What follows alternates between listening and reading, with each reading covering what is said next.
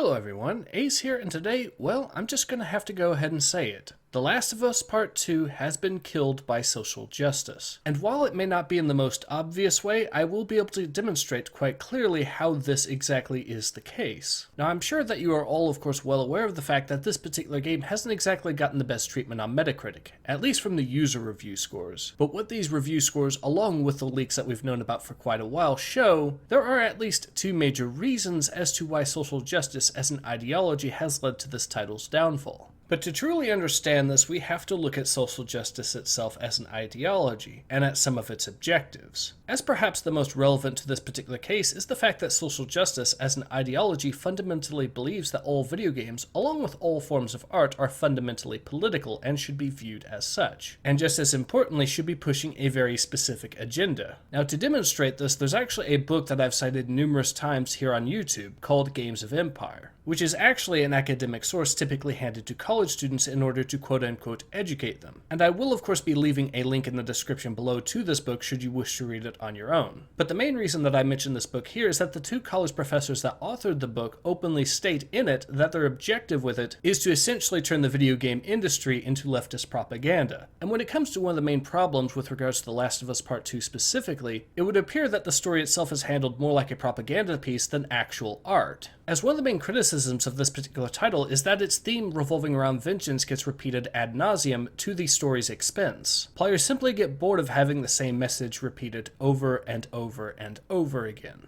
But that said, such storytelling is kind of necessary within the context of making a propaganda piece, as the whole point of propaganda is to reduce the number of interpretations to just the specific ones that you wish to have pushed. This is of course in stark contrast to art forms which by their nature are supposed to be open to interpretation. In other words, one could make the argument that propaganda is by its nature the death of art. But this also brings me over to another piece of evidence that demonstrates that this game is treated more like a propaganda piece and less like a piece of art, as the game repeatedly sacrifices both character development and the story in the name of pushing the specific agenda. A great example of this, if we're going into spoilers, is the fate of Joel, or more specifically the circumstances that led up to his untimely end, as it has of course been quite well documented that this was completely out of character for him. Or another good example is the fact that the game has the player actually rack up a considerable body count, only to then spare the main villain at the end, completely ignoring the aforementioned body count on the player's behalf. So as you can tell, the plot of the game has already been compromised in a number of ways, but this would actually make sense to an extent if one were to treat this title as a propaganda piece. As with propaganda, the main priority is the message over the medium through which it is told. In other words, the main objective is not actually to make the game good, it's to push a narrative. In fact, when the main goal is making a propaganda piece, the game developer will happily sacrifice story and gameplay elements should either ever dare get in the way of pushing the intended agenda. And is this not what we are seeing now with The Last of Us Part 2? A game that is happily sacrificing its plot and character development, all in the name of pushing a message about the evils of revenge. Perhaps I'm looking a bit too far into this, but Naughty Dog is known for its storytelling, and the fact that they've managed to drop the ball this severely with this particular title really does make one wonder why.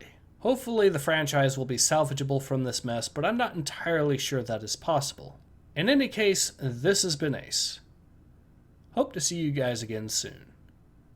Take care. Ace out.